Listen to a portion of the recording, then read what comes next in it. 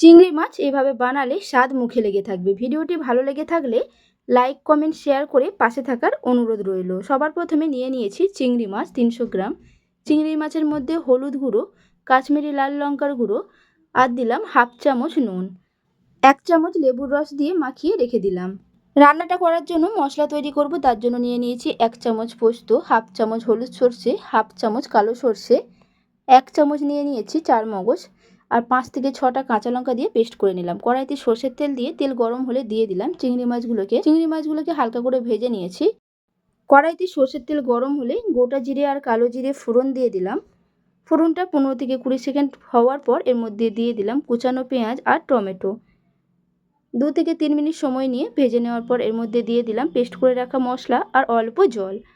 দিয়ে দিলাম হাফ চামচ ধনের গুঁড়ো, হাফ চামচ জিরের গুঁড়ো আর হাফ চামচ কাশ্মীরি লাল লঙ্কার গুঁড়ো। মশলাটাকে খুব ভালো করে কষিয়ে নিলাম। মাঝখানে দিয়ে দিয়েছি হাফ চামচ চিনি। চিনিটা দিলে স্বাদ দ্বিগুণ বেড়ে যাবে। মশলাটা কষানো হয়ে গেছে। অল্প জল দিয়ে এর মধ্যে দিয়ে দিলাম ভেজে রাখা চিংড়ি মাছগুলোকে। ঢাকনা আটকে হতে দিলাম 10 মিনিটের জন্য। 10 মিনিট পর ঢাকনাটাকে খুলে নিয়ে নাড়াচাড়া করে নিলেই রেডি হয়ে গেল আমার আজকের রেসিপি চিংড়ি মাছের কারি।